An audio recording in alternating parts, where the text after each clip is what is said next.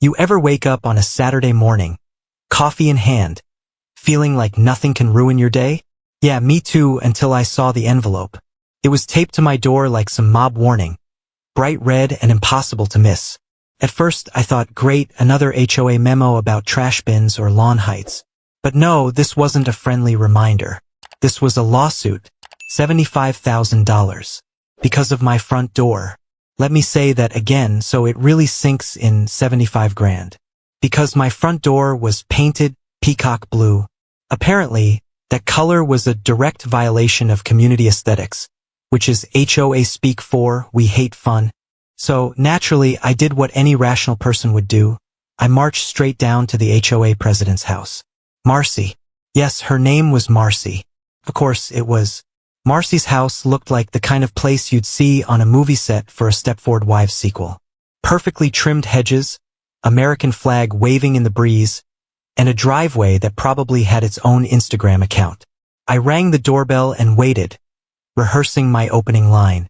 Something polite but firm, like, "Are you out of your mind?"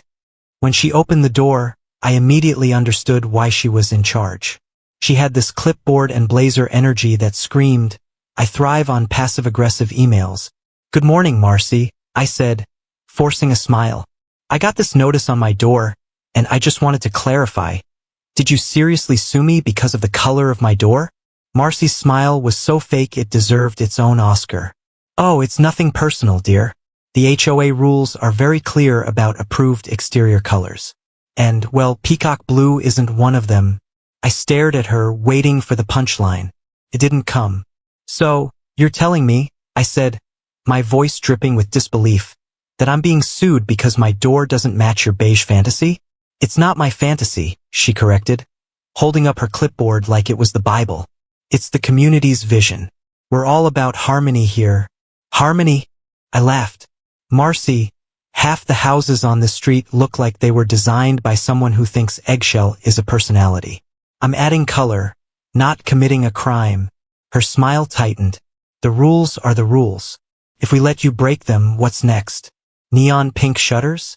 Polka-dotted fences? Chaos?" "Oh yes, Marcy," I said, deadpan. "Because peacock blue is the gateway drg to anarchy." Marcy, being the benevolent dictator she is, invited me to plead my case at the next HOA meeting. So there I was, in a room full of people who looked like they spent their weekends alphabetizing their spice racks. Marcy called the meeting to order with the kind of self-importance you'd expect from someone who takes HOA bylaws more seriously than the Constitution.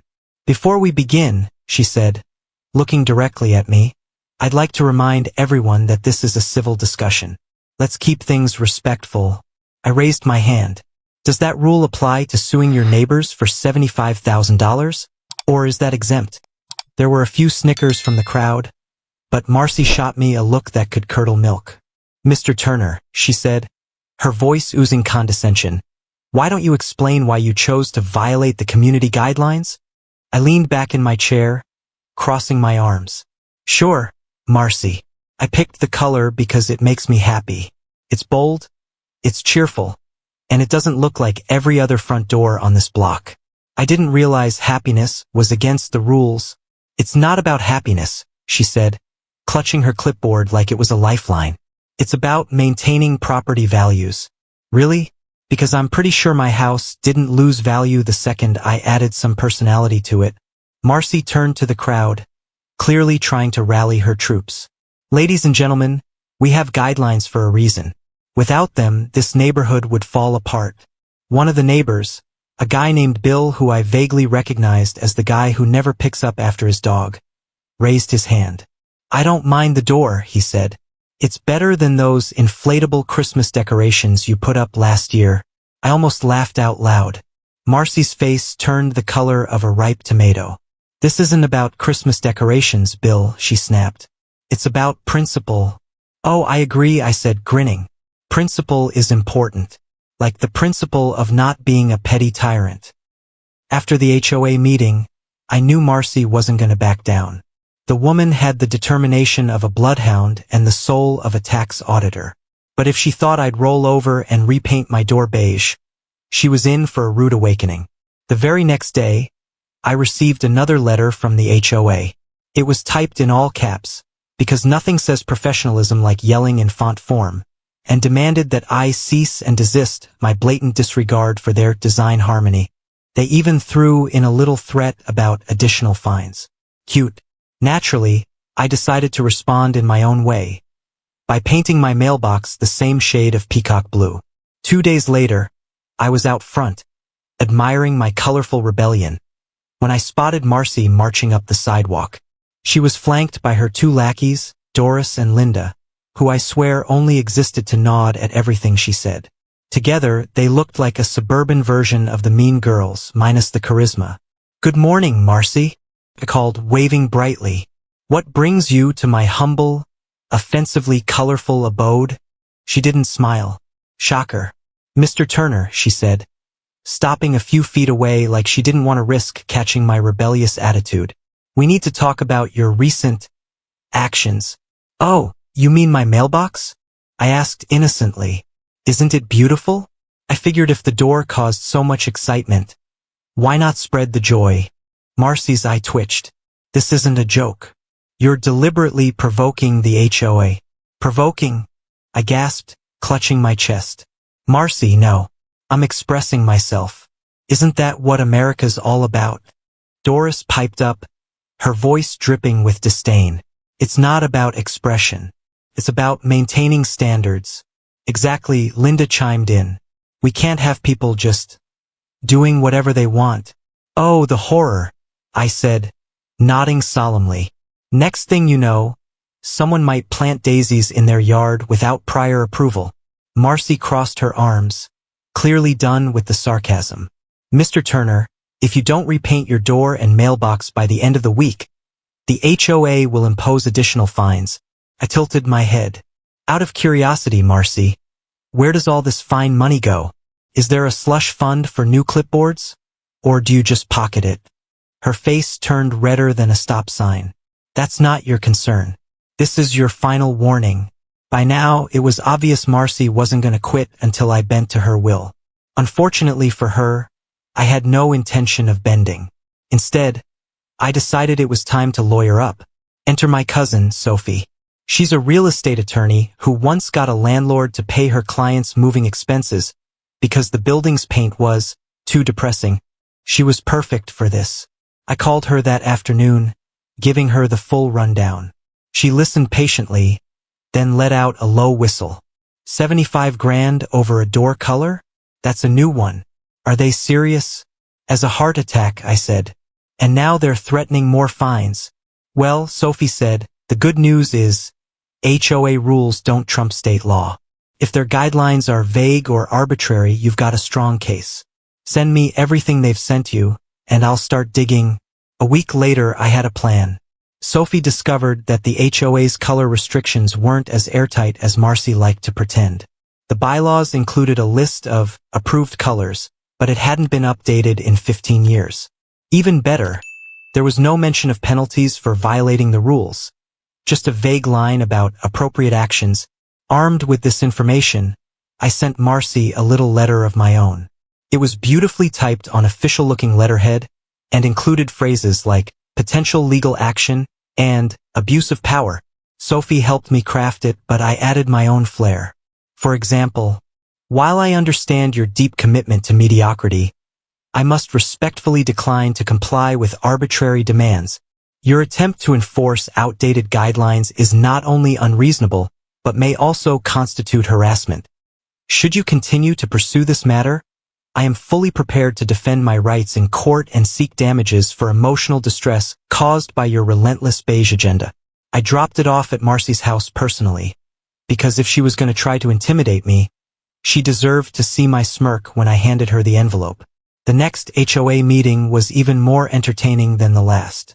Word had gotten out about my letter, and half the neighborhood showed up to see the fireworks. Marcy was already fuming when I arrived. She tried to start the meeting as usual, but one of my neighbors, Mrs. Ramirez, interrupted. Before we begin, she said, I'd like to know why the HOA is wasting our money suing someone over a door color. There were murmurs of agreement. Marcy glared at her. This isn't a waste. It's about protecting the community. Protecting us from what? Mrs. Ramirez shot back. A cheerful front door? I leaned over to Bill, who was sitting next to me. I think I'm in love with her, I whispered. Marcy tried to regain control, but it was clear she was losing the room. People started chiming in, questioning why the HOA was so obsessed with trivial issues. Someone even brought up Marcy's own violations, like the fact that her garden gnomes weren't on the approved decoration list. Let's not get off topic, Marcy snapped, her voice shaking. This is about Mr. Turner's refusal to follow the rules. I stood up. Actually, Marcy, it's about your refusal to admit you're wrong. The bylaws are outdated, the fines are arbitrary, and this lawsuit is a waste of everyone's time and money. There was a smattering of applause. Marcy looked like she wanted to throw her clipboard at me. But instead, she adjourned the meeting abruptly and stormed out. After the meeting, it became clear that Marcy was losing her iron grip on the neighborhood. The mood on the street shifted. People who used to avoid eye contact with me were now stopping to chat. Turns out, a lot of my neighbors weren't exactly thrilled with the HOA's dictatorship either. They just didn't have the energy to fight back. I became a kind of unofficial spokesperson for the anti-HOA rebellion. People started sharing stories. Ridiculous fines for parking too close to their own driveways, nasty letters about garden weeds that were barely visible, and, my personal favorite, someone being threatened for hanging a bird feeder too low. A week later, I hosted a little gathering at my house. Nothing formal, just some coffee and snacks for the neighbors who wanted to vent about Marcy's reign of terror. Mrs. Ramirez was the first to show up. I brought tamales, she said, handing me a container. Figured we'd need some fuel for this revolution. Next came Bill, the dog guy. He brought his beagle, Max, who promptly tried to pee on my peacock blue mailbox. He's showing his support, Bill joked. By the time everyone arrived, we had a solid group of about 10 people. We sat in my living room, swapping horror stories and brainstorming ways to push back. Sophie joined via video call, sipping a coffee and grinning like she was watching a reality show. All right, Sophie said, here's the deal. HOAs only have as much power as you let them. If enough of you band together, you can challenge their decisions, or even replace the board entirely. Replace them? Mrs. Ramirez said, eyes gleaming. You mean we could kick Marcy out? Exactly, Sophie said. It's called a recall election. You just need enough signatures from homeowners to trigger a vote. The room buzzed with excitement. Bill raised his hand like we were in school. What happens if she refuses to step down? Sophie grinned. She doesn't get a choice. That's democracy, baby. Over the next 2 weeks, we went into full campaign mode. Mrs. Ramirez spearheaded the petition drive, going door to door with a clipboard and a fiery speech about reclaiming the neighborhood. Bill and I teamed up to make flyers, which I printed on neon paper just to piss off Marcy. We even started a group chat called the Anti-Marcy Coalition. It was mostly memes about HOA rules, but it kept morale high. Of course, Marcy didn't take this lying down. She started sending out frantic letters, warning homeowners that a recall election would destabilize the community. She even held an emergency meeting to try to rally her supporters. It didn't go well. I wasn't planning to attend the emergency meeting, but when Mrs. Ramirez texted me that Marcy was losing it, I couldn't resist. When I walked into the clubhouse, Marcy was pacing like a caged animal. Her usual calm, condescending demeanor had been replaced with barely contained panic. This petition is reckless, she shouted, waving a piece of paper like it was evidence in a crime drama. These people don't understand how much work goes into maintaining our standards. Mrs. Ramirez stood up. Oh, we understand, Marcy. We just don't agree that your standards should cost us thousands of dollars in fines and lawsuits. Marcy ignored her and turned to the crowd. If this recall succeeds, the neighborhood will fall into chaos. Property values will plummet. Do you really want to live in a community where anything goes? I raised my hand. Define chaos, Marcy. Are we talking Burning Man levels or just like colorful front doors? The room erupted in laughter. Marcy's face turned crimson. This isn't a joke, Mr. Turner. You're destroying everything we've built. Oh, You mean your empire of arbitrary rules and overpriced fines? I shot back. Yeah, sorry about that. When the day of the recall vote arrived, the tension in the air was palpable.